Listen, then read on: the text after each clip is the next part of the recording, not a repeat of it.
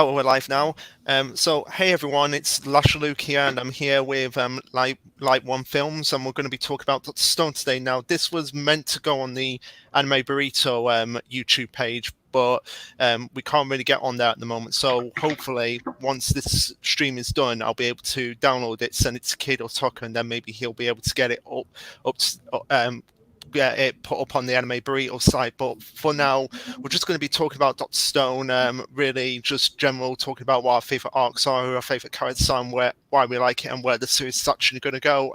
But since you all know me from the last Anime Burrito video, why don't you introduce yourself, like Light1Films? All right, so what's up, everybody? My name is Light1Films. I cover a variety of topics and manga and anime on my channel.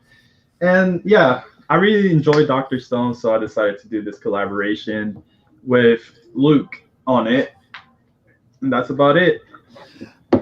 All right, okay. So not really much there as a like in terms of an introduction, but what can you do? But anyway, so yeah, I feel like we should start with like how we got into the series and like what captivated us to it as well as it did. So do you want to take it first, or do you want me to take it?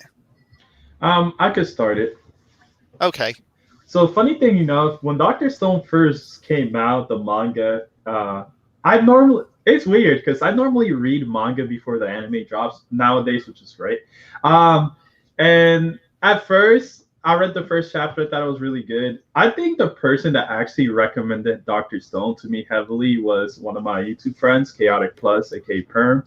And from the description of it, I enjoyed it. Like the first chapter captivated me right away. It was something different for me to be reading in Weekly Shonen Jump. And it was not your traditional battle shonen, which I enjoy that aspect more of the series just because there's nothing wrong with battle shonen. But for me, that I grew up with just battle shonen majority of the time, I tend to appreciate a good story and world building more nowadays than in the past where I just cared about fights and stuff like that. And Dr. Stone brought also a unique element to Weekly Shonen Jump with the utilization of science and giving us tutorials on how to build stuff along the way in their world. So that definitely gravitated me towards the story a lot. And since chapter one, I've still been supporting the series and the anime as well. So that's about it. Yeah, so with me, I first discovered Dr. Stone when they announced that there was 6 series that were going to be starting in Shonen Jump, and Dr. Stone was one of them, and another one was We Never Learn, and I read that series as well, and I enjoyed that as well.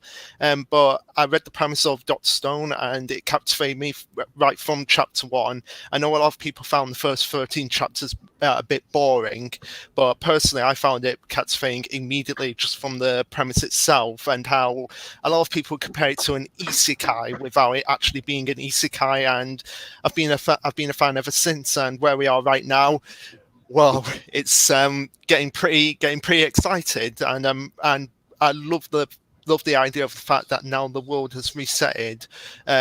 We can basically have whatever we want because we're just as thrown into the story and thrown into the world just as much as the characters are, because we don't know a lot about the new world that's out there beyond Japan at the moment. Yeah, I definitely do agree with you. Like, this series is just such a great series, and like you said, we don't know too much about the world outside of Japan and the new arc, the new America City arc. I'm excited for it and to see how it's going to progress and stuff as they go through the world looking for resources. And definitely reminiscent of the beginning of the series as well, when Senku was looking for resources to build different things. And now it all comes back full circle because, as we do know, when they went to that island, which I forgot the name of the island. I should before we say anything, I should say that if you're an anime only person, there's going to be spoilers in this discussion. So there won't be any spoilers for the last 2 chapters because Red from Control Chaos actually mentioned that he hasn't read those chapters yet, and I don't want to spoil it for him. But aside from that, if you're an anime only person, I apologize, but there are going to be spoilers. So if you want to continue. Yeah, so like I was saying, when they went to the Treasure Island arc, like the science was halted a little bit. They still did create some stuff, but now this is on a new major scale. Like this is the biggest thing besides the ship and stuff that Senku and friends are gonna build, and it's gonna be insane. And I'm really excited for it. And I definitely like Boichi's storytelling a lot. I believe Doctor Stone is actually worked on by two mangakas. Yeah. I was going to correct you because I watched your video on Dr. Stone, and I was going to correct you. Boichi actually does just the drawings, and Inagaki, who did Shield 21, he's the one actually writing it. So I was going to correct you on that. Yeah, because I had a feeling there was two mangakas from what I remember, but I mess up sometimes. But yeah, Inagaki, I like his previous work as well, Shield 21. But yeah, like I was saying, I'm just really excited to see where Inagaki takes the story. And Boichi's art, I've been a fan of Boichi's art since Sun Can Rock and some other Boichi works, but Boichi as an artist, he's a great artist overall. Yeah, and I really respect his artwork. I have yet to see Sunken Rock. I mean, I have yet to read it, but from the drawings that I've seen from Dot Stone, it sounds, and from what I've read of the premise of Sunken Rock, it sounds like something I would actually really enjoy myself. And especially, I've got to give him credit for the way he, in the Treasure Island arc, drew Ibara and how terrifying he actually made him.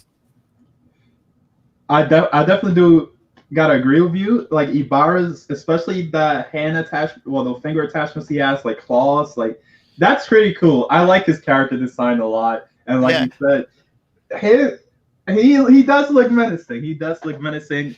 And like in my video, I said that I just like Ibarra because he gave Senku a great challenge, and he wasn't like overly cocky or anything like that. He was calculating everything that's happening, and now that's how you make a great adversary right there, a great villain in my opinion.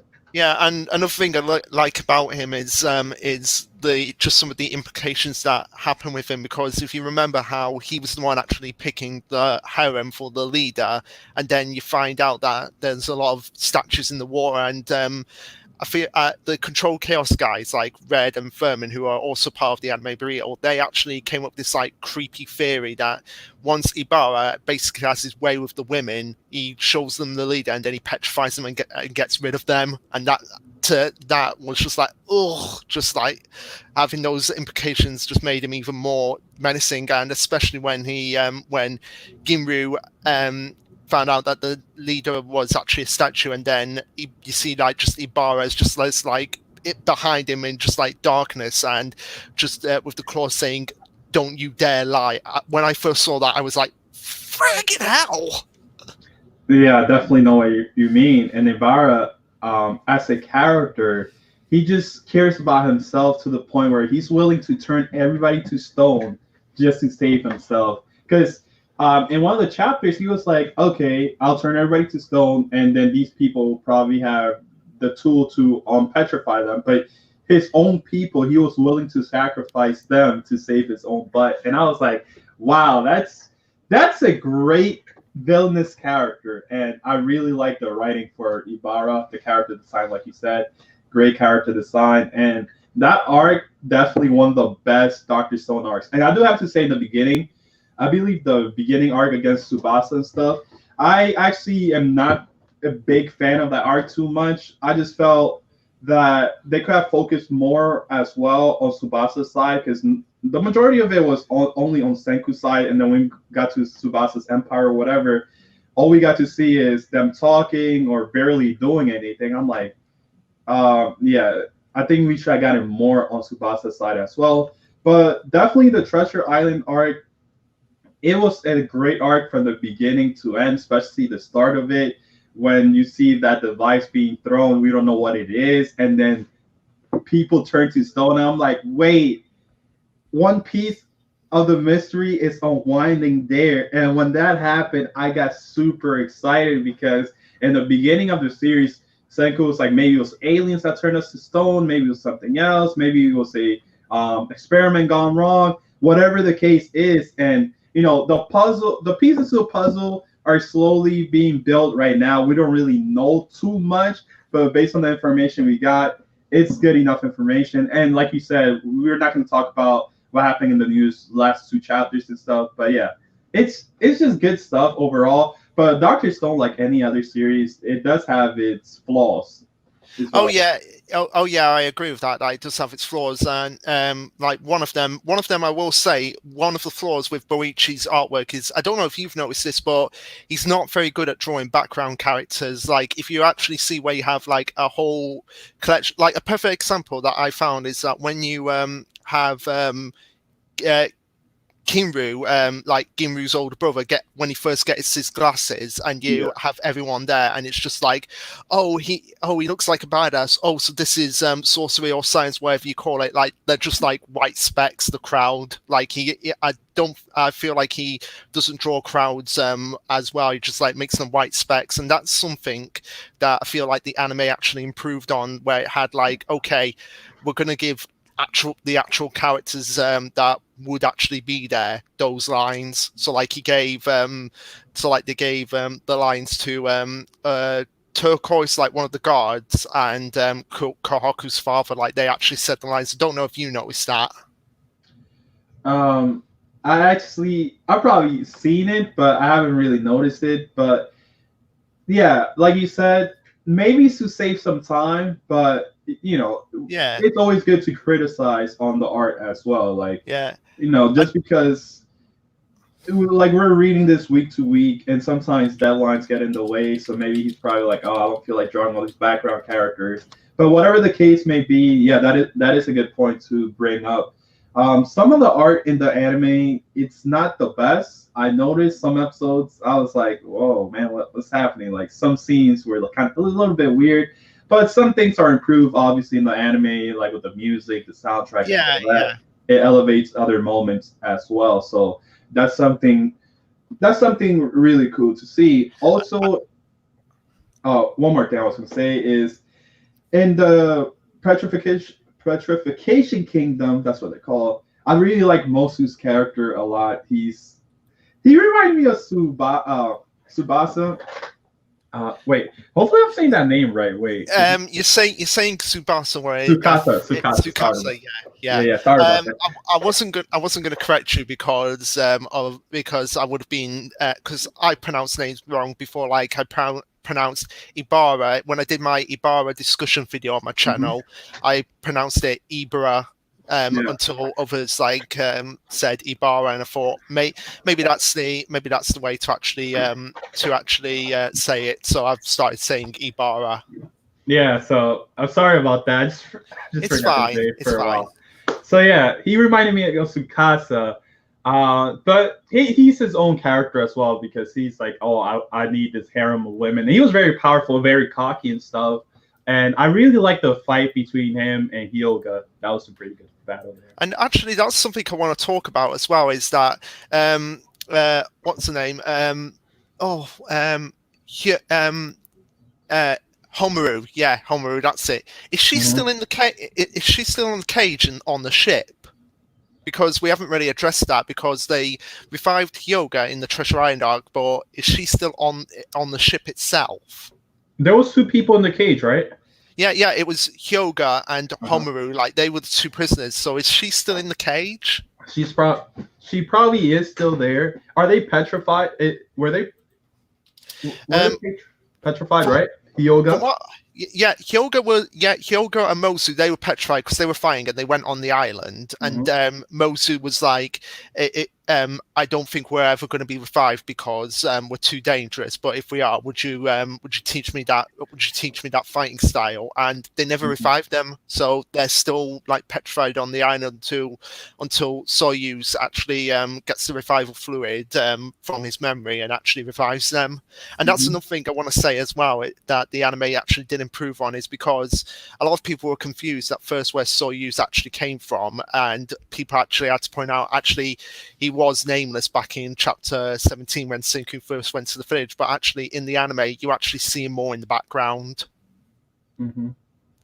Yeah, so that's something I wanted to say as well, that the anime improved on. Yeah, definitely. Right, so I think now would be a good time to actually talk about our favorite characters, like who some of our favorite characters are and why we actually do like them. And then after that, we can move on to talking about our favorite arcs, and then hopefully where we think the series is actually going to go, if that's all right with you. Yeah, that's fine. All right, so why don't you start with like your favorite characters? All right, so my favorite character, number one, it will always be Senku. Senku, I liked him since the beginning of Doctor Stone. And the reason I liked him so much was because he was like this science whiz and stuff, genius. He was basically a genius.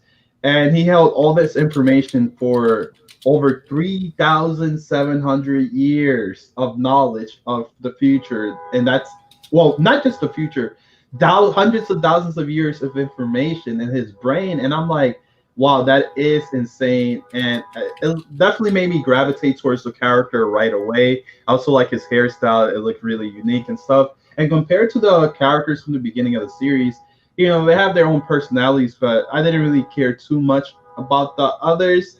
Tsukasa was all right, but Senku definitely, for me, had the most unique personality. Another one of my favorite characters is Kohaku. I really like strong female characters in anime and manga, because sometimes in the past, when I grew up watching anime, reading some manga, some of the female characters were just there to be background characters, or if they fought, they were not that strong or anything like that. But no, Kohaku is a very strong warrior, and I appreciate her character a lot in the series. And then we have Chrome. Chrome basically being the disciple of Senku. Chrome is just awesome. He just in the beginning of the series when he collected all those different materials, which Senku later utilized, that was really cool. And I definitely see Chrome being, he's already like a pillar of science. I definitely 10-year time skip, 20 years time skip. Chrome is probably going to be up there with Senku. So that's really awesome. Kinro, I like Kinro, and I like both Kinro and Ginro. Ginro's hilarious, especially during the petrification arc towards the end of it when he got, you know, his little assistant. That was funny, and then his head got bloated up. And then Kimura, I like him because he's a great warrior.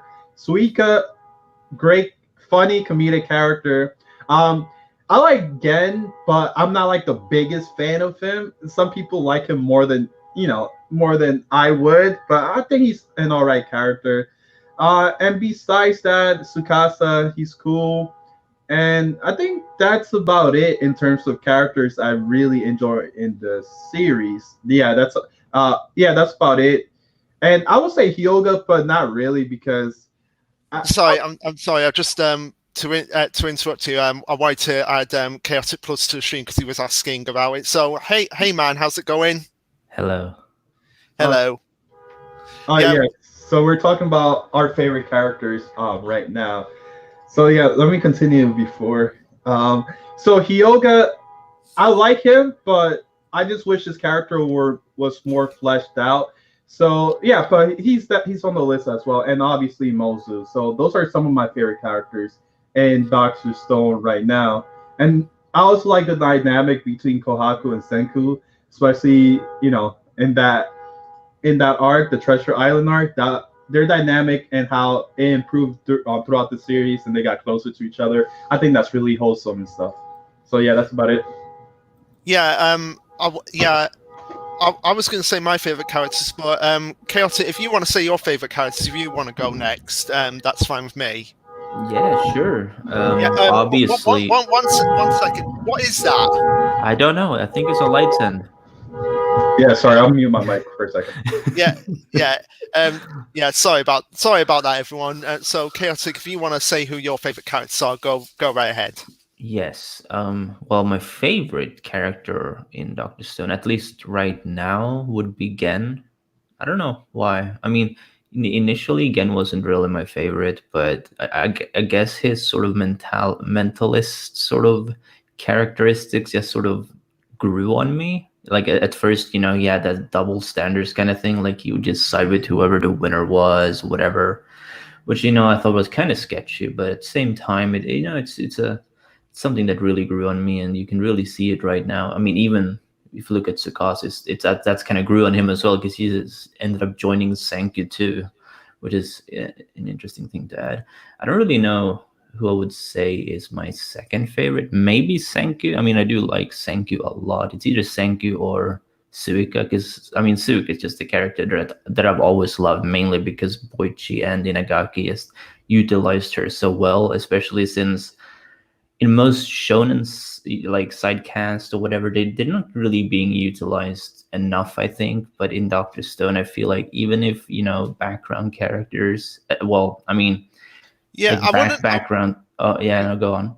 Yeah, I wouldn't really call Suika is a main character. Like, I wouldn't even call her a side character or like a background character. She is pretty much a staple in the same way that, yeah, if she was taken out of the series, Senku wouldn't have been able to do half the stuff he did because he had to actually get the village on his side, and Suika was the only one capable of actually doing that at the beginning. Yeah, that's true. I mean, she's a vital part of the whole story, if we're being honest. Yeah. I would say probably out of all of the characters, like if we don't include Senku, Gen, and Chrome, she's probably the most important, I think. Yeah, I would agree with that. Sorry, were you going to say something else? No, not really. I mean, you pretty much, yeah. Okay, so I might as well say who my favorite characters are, and we've already just discussed about it, but Suika is my favorite character in the series, and the reason why is because you get a lot of these series where you have the cutesy little child girl, and she's just there just to be cute, and like, oh, look at me, I'm cute and everything, and they don't do anything with them. A lot of series do actually do that, but with Suika, she has been, like we said, a vital part of the series. Like, she was one of the first that joined Senku properly. She helped him get the people of the village on his side. She basically made herself a distraction and put her life on the line for the village when Tsukasa's army were attacking. And in the last arc, again, she put her life on the line to actually get the science lab to Senku himself when nobody else could actually do it. So that's what. So I love the fact that she, even though she's a small child, without her in the series, Senku wouldn't have gone as far as he did. And I feel like now with what's happened in the last two chapters, she's going to be there from now to the end of the series, and I'm just waiting for the moment where she actually sneaks on board the space shuttle that they're actually creating, and just seeing her bounce in a watermelon on the moon. I'm just, Boichi probably wants to draw that himself. He's probably got that idea in his head himself as well.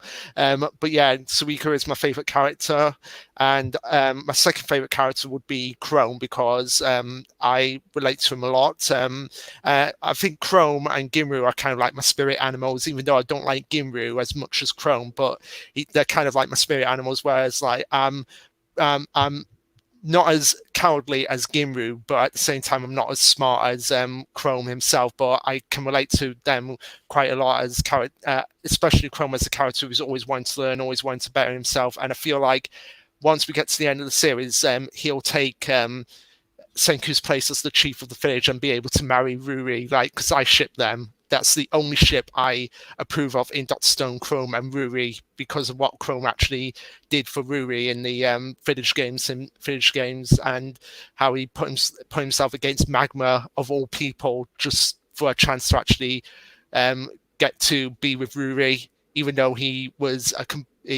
completely messed it up when he actually did have the chance to actually do it. But yeah, I love Chrome as well. And that's another thing as well.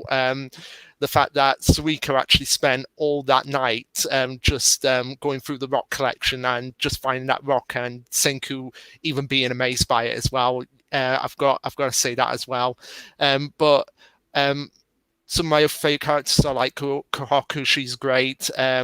Kasaki, I just love the way he just gets overexcited whenever like he gets to build something that he's never built before, and he just gets overexcited about it.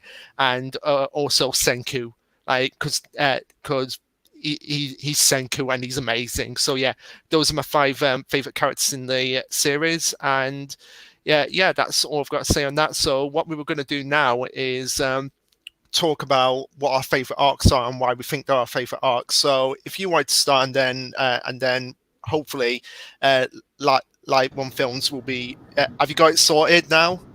Yeah, that was not me. That was outside, but it's I fine. figured, yeah. Okay, all right. So yeah, I was just saying who my favorite characters were. Did you hear what they were? Yeah, I heard all of it. Yeah, yeah, okay. So now we were going to talk about what our favorite arcs are. So if either of you guys want to start, that's fine with me.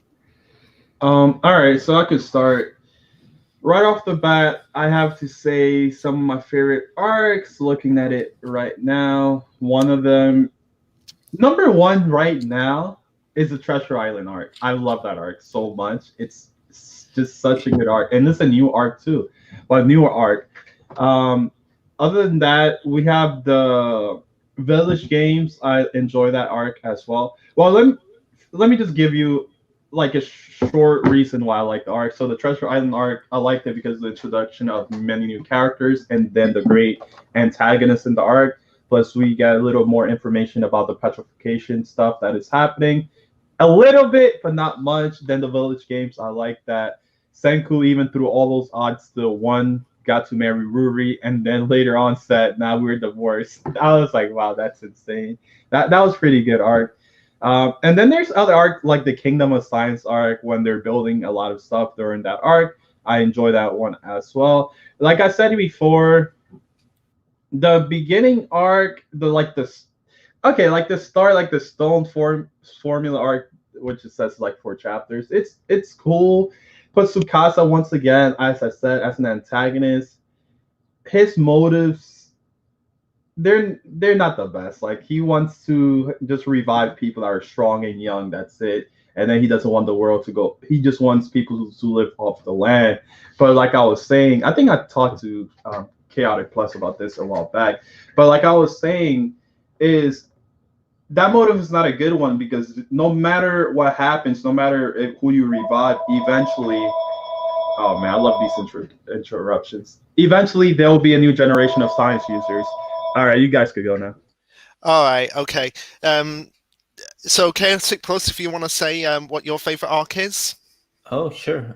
Village arc, definitely. I don't really know why. I think it's the reason why I like the Village arc so much is because of how well every single character gets to be used, and Senku himself even like puts them to that work. Like normally, at least in my experience, side characters or secondary main characters, they don't really get utilized on the same degree as Dr. Stones did in a short amount of time, especially with Suika, Kazuki, and Ginro Kinro, who at first glance seem like they will be side characters, but they get such a great role that they just become so lovable. And I think that just adds to the arc to me because, that pretty much introduced all of their characters, and it makes me really like them right off the bat. Like I'm not dissatisfied with any of them.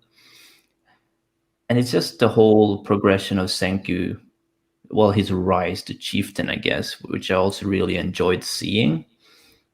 It wasn't really what I was really hoping. I mean, not hoping, but it's not really what I was expecting to see already that arc, I'll be honest. Like before it happened, I had no idea it was going to go that fast, but with all of the history behind it, like Senku's past and everything, I really enjoyed seeing all of that.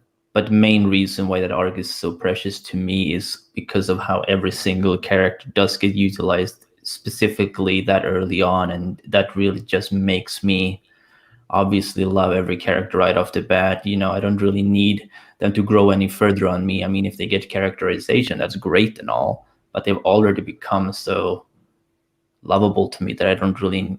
I mean, I expect more from them. I just don't need more from them.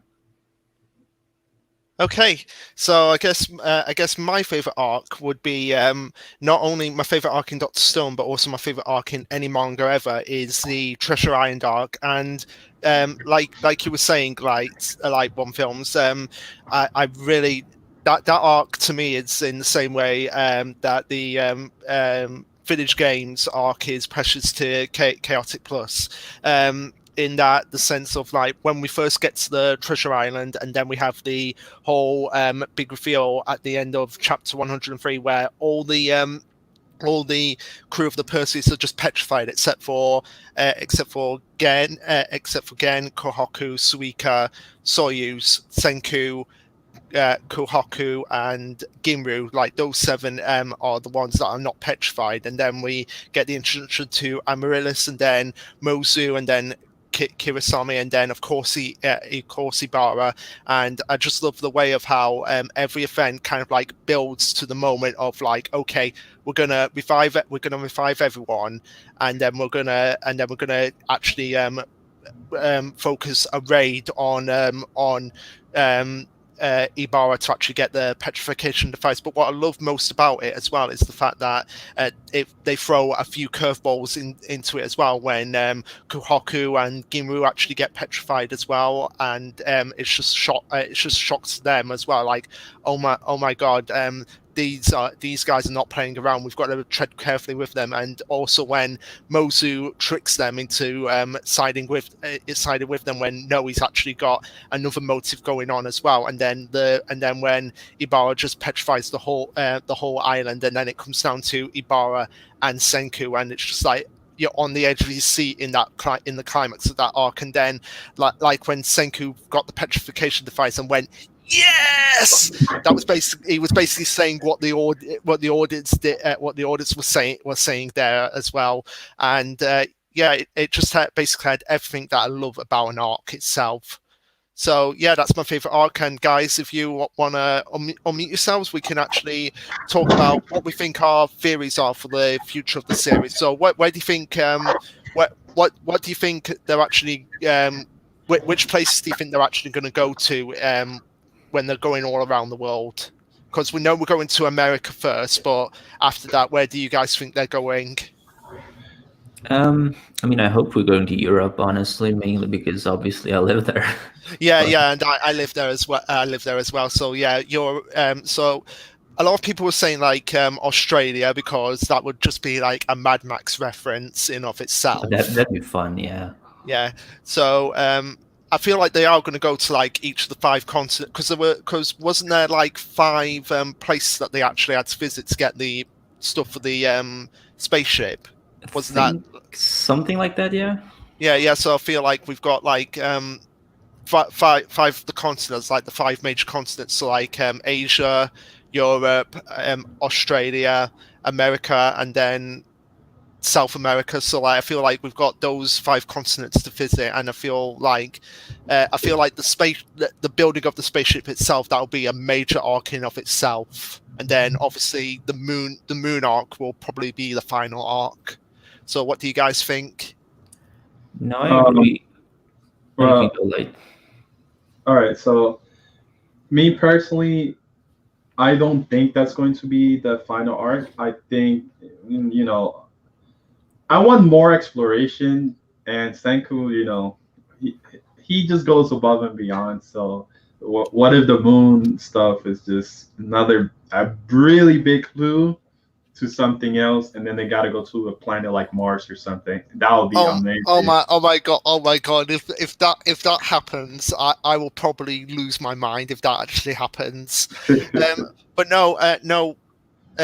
What I'm worried about as well is the fact that Inugaki said that he probably could get the whole series out in 3 years' time, like making it a 6-year series. And I was thinking like, yeah, at this point, I don't see that happening. I see it's this is at least a 10-year series. Me personally, I think the series could go for maybe 3 more years, 3-4 years. I just don't think that. I don't know how long Araki and Boichi want to make this series, but this is I forgot when Dr. Stone came out, but in my opinion, I don't think this series could last 10 more years. Tell you the truth. No. I don't mean like 10 more years. I mean like 10. I mean like actually stop it at 10 years. So like we're on year 3 now. So I'd say 7 more years. Like it ending when it's 10 years old. Because at the moment now, 3 years. No, I don't think that's enough. Yeah, I agree with you. I definitely agree with you that 10 years in the series time, it could end. Yeah. How about you, Chaotic? Well, I mean, 3 years is something that I've speculated on. because I mean, going by Inagaki's previous series, Ice Shield 21, it wasn't like crazy long either. So I mean, assuming he likes to keep it short, I guess that would work. But at the same time, I mean, I kind of like the idea of a longer series for Doctor Stone because there's so much to explore. Yeah, and that's one I'm worried about, because with this series you only get like one with a series like this, you only get one chance with it, and you've basically reset the whole world. Anything's possible at this point because you're 3,000 odd years into the future. So for all we know, mountains could have risen in Las Vegas. When they actually do get to Nevada, there could be actually mountains there. That's a good point, actually. Geographical changes would be cool. Yeah, and also as well, another thing. This is a theory that I've had for a while, is that if you look at some of the characters as well, like Ginru and Kinru, like Kinru especially, because if you look at Ginru, he's got blonde hair. Kinru's got dark hair. All the astronauts had blonde hair, and yet a lot of the villagers have dark hair. So this is a theory I've had for a while, is that some of the villagers in like Inagaki village and also in the Petrification Kingdom are not from the original, not descended from the original astronauts, but they've actually descended from people that have woken from the petrification like hundreds of years before Senku did. What's your guys' take on that? I think that's an interesting idea, simply because of the whole that samurai guy that was revived recently. He did not wake up around the same time as everyone else. He's like in the middle somewhere. I don't really know where to place him, because he has like samurai culture embedded to him, but he definitely was not petrified during the samurai era. No. No, and he did say that that the devices came from the moon, like which caused him to be petrified. But if the devices came from the moon, and the Y man, they're saying that the Y man's on the moon, but how do we know that the Y man was the originator of the original catastrophe? Like for we know, it could be something completely different. Me personally, I think with the hair stuff, I think over time maybe the hair mutated or whatever, so that's why they have different hair colors. Or you gotta also realize that we don't really know how like Senku's adopted father's family in the past looked like. Maybe they had different hair colors, like generation. Personally, with that whole Senku's adopted, I feel like the reason why they still look alike, Senku and Byakuya, is that yes, he is adopted, but he's like Senku's uncle, like his biological uncle, and he adopted Senku from his real father, which would be obviously his brother, if that's the case. Mm-hmm. That's the only way I could see it actually working, in my opinion. That he's adopted, but he looks similar, like their uncle and nephew.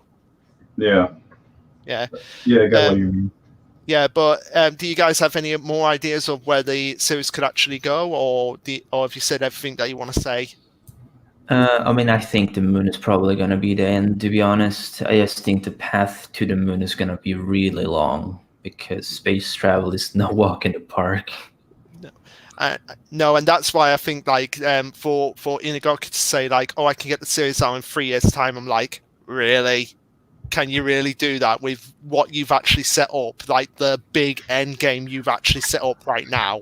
Yeah, like because this is basically like the moon, like find out what the Y man is. That's basically the equivalent of this series. Find out what that's basically the equivalent of what the One Piece is. Like, what is the Y man? Yeah, I mean, we don't even know what or who he is, so it could be anything.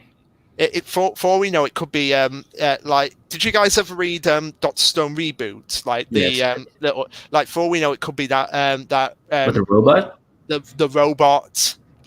Like for all we know, it could be that. That would be interesting. Yeah. Wait, what do you mean robot? What are you guys talking about? Have you read Dr. Stone Reboot? No, I haven't.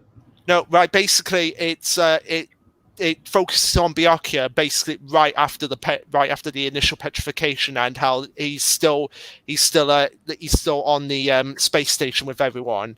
And he creates this artificial intelligence which develops over time, and then the artificial intelligence is still waiting for Byakuya to come back to the space station, or I believe it's Senku as well. Am I right about that? Chaotic, like it's waiting for Senku. I'm not sure. I mean, he did tell stories of Senku, right? So I mean, there's possible that he wants to meet Senku in some degree, but I kind of think the idea of him being this character that's going to be introduced later on is quite big, especially especially if it is something like the Y Man. I mean, whether it is him or not, I mean, obviously we don't know, but I think it's an interesting idea to bring up, because he does obviously shout out Y, like really, like, you know, it's not really a positive way. It's like he feels betrayed in some way. Yeah. So basically, that's the whole idea of it as well. And I feel like if that's going to be the case, that it would actually be that robot. Like, I feel like the initial petrification did happen on Earth, but like the other ones with like the petrification devices coming from the sky, I feel like that could possibly tie back to the robot in the Dot Stone spin off. That was the one that was actually sending them down, because I feel like it was like you said, like it was betrayed by Byakuya, like abandoning him basically. But I would highly recommend going and checking it out, because it's still by Inagaki and Borichi. It's basically just a side story of Byakuya. Yeah, so it's a pretty interesting side story. I would recommend going and checking that out, especially if it is something that's going to be important later on, which we don't know. But if it is, I would recommend as well, like having read that, knowing about the robot and why he's up there. Yeah. So hopefully we haven't spoiled too much about it for you. No, I don't think we have. It's fine. I'll definitely check it out. Yeah. It should still be on the Viz Media website, so you can probably go and check it out. It's only 9 chapters long. Oh, okay, so I could catch up pretty quickly. Yeah, you could. And it sort of like ends. I think it ends at a point in Dr. Stone itself when Senku's looking up at the moon itself. So that's where it ends, and then it's like Suika calls him away. So that's basically so it basically all ties back into Dr. Stone itself. Okay. Yeah. But if that's all, is that all you guys have in terms of theories about where the series could actually go? Yes, that's all I have. Yeah. I would say so. Yeah. Yeah. So so. You feel all right? Feel like we've said everything that we need to say? Yeah. Yes. Yeah. So going to end it here, and thank you for watching, whoever watched, and thank you for joining me, you two. It was a pleasure, and I hope to do more of these in the future, and hopefully we'll be able to get this put on the Anime Burrito site if I contact Kid Otaku and get it downloaded for him, and hopefully get it set up on there. So yeah, thanks for joining me on this stream, guys, and yeah, see you later. All right, bye. Mm-hmm. Bye.